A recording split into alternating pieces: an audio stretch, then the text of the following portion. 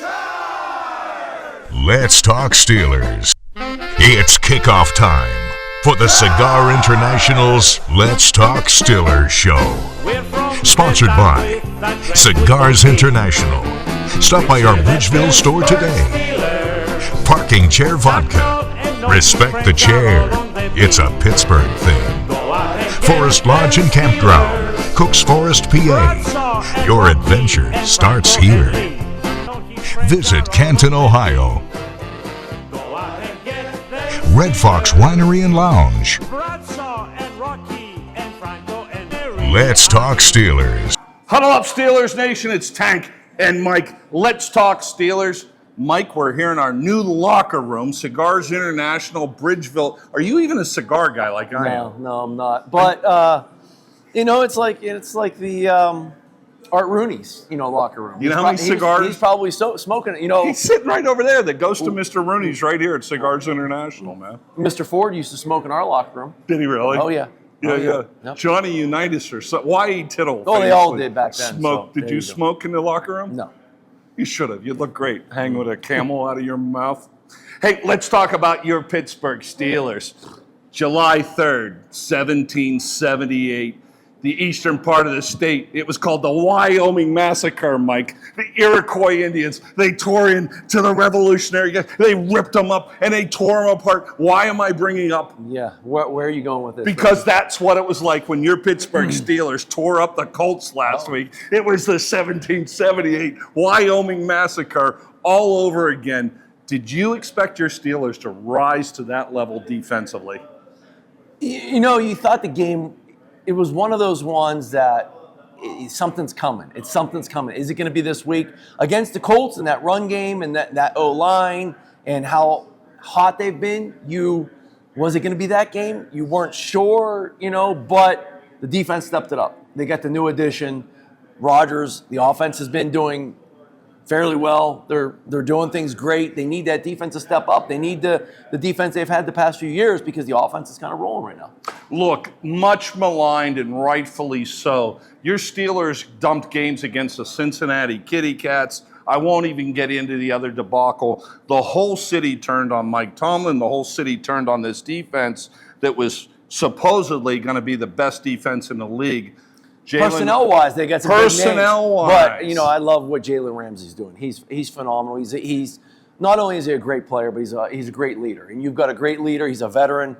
You got a great leader there. You got Cam Hayward. You've got T.J. Watt, the old Steelers. You got some of the new veteran leadership with Jalen Ramsey. And then you've got the new leadership with Aaron Rodgers on the offensive side of the ball. So, to me, it's a great recipe right now. It was a winning recipe come Sunday down there at Acrisure. I'll have another drink stadium. Jalen Ramsey stands up on Saturday night, talks to the team.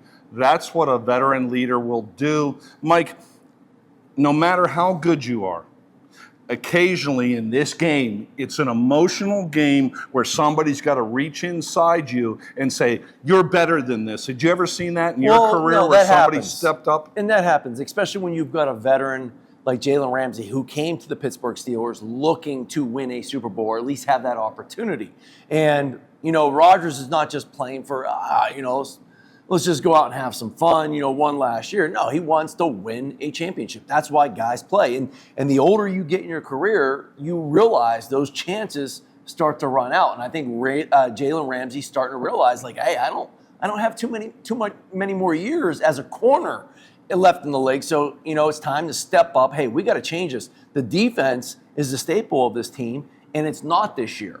And, the offense has been doing their job, and it's time for them to step up. So someone needed to say something, wake these guys up. At the same time, you saw Cam Hayward last week, doing an interview talking about, historically, they start off hot.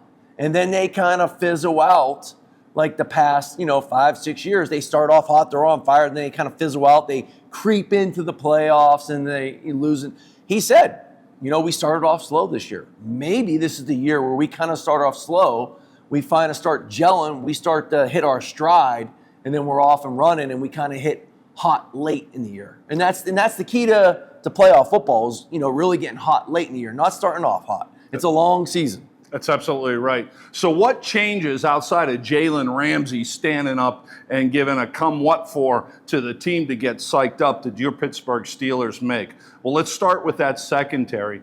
4 of the safeties were out and done and not playing a down this past weekend. What do? They moved Jalen, who I love moving Ramsey, back to safety. I think he should stay there the rest of the season. They got to reach into the pool up into the Patriots. They get Kyle Duggar, who had a great game. Then they simplified the defense, Mike. It looked like they played a lot of zone. They simplified things. We heard the last 2-3 years, we're missing calls into week 7, 8, 9. Nobody's communicating. They simplified this defense by playing zone.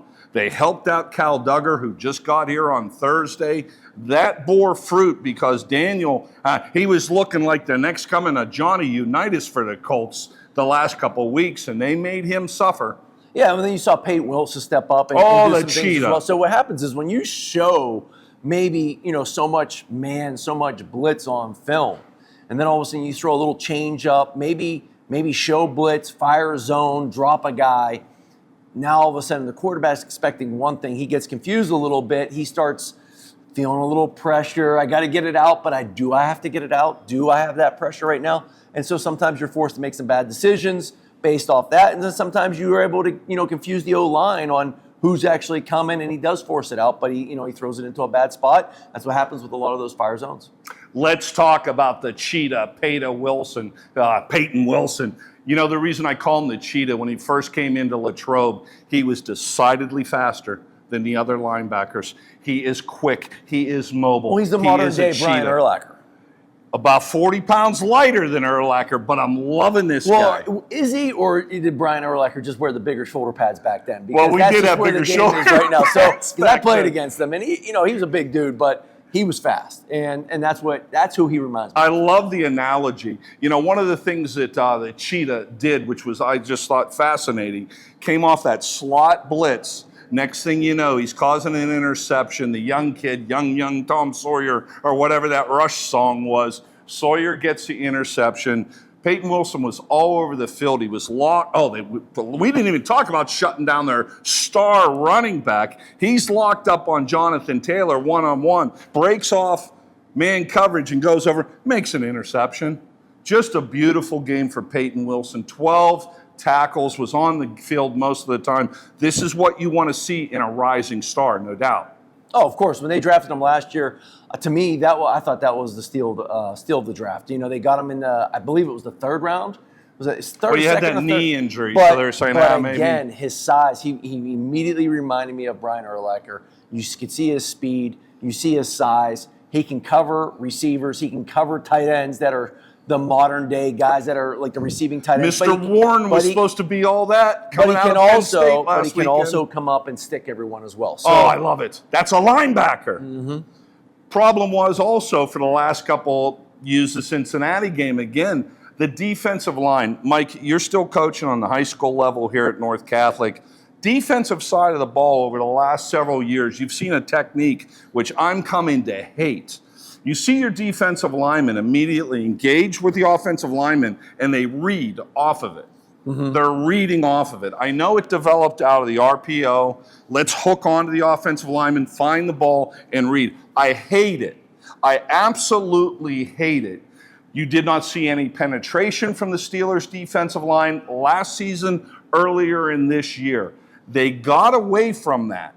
This game, when you look at the defensive line, instead of locking on all the time, they penetrated. They picked a gap. They went in. They got into the backfield, which opened it up for the linebackers. It opened it up for the other defensive linemen. I can't stand that technique of grabbing on and holding on. Well, yeah, I'm not so sure that's for the RPO game. I think that's more for just the zone run game. They're trying to get the zone run game, trying to see which way the back's going to go and feed off. But again, what you're talking about is kind of like more of the modern day football. Like, hey, go penetrate and then let your linebackers clean up. It's called defense, but it's not you got to stay in your gap. You got to stay in your gap, and that's the key. I loved it, and it bore fruit this week when you looked at Benton, when you looked at Cam, had a great game. I want to finish up this segment because there was talks he was even on the trading block. Let's trade for a wide receiver to complement that guy Metcalf there. Highsmith, maybe we don't need him. Maybe he's fallen off. Highsmith had a heck of a game. Well, yeah, and I don't think you need to go trade in any defensive guys just yet. You've got, in addition, there's guys out there that you can go get. Like, they got Valdez-Scantling. It's a Rodgers guy. He's a vertical stretch guy, a long strider. So you want someone to take off the top of that defense. That's who you got right there. And you still have Metcalf that can work the underneath stuff. And then all of a sudden you got Roman Wilson coming on along as well. All right, that's our first segment. Let's talk Steelers from the locker room here at Cigars International in Bridgeville.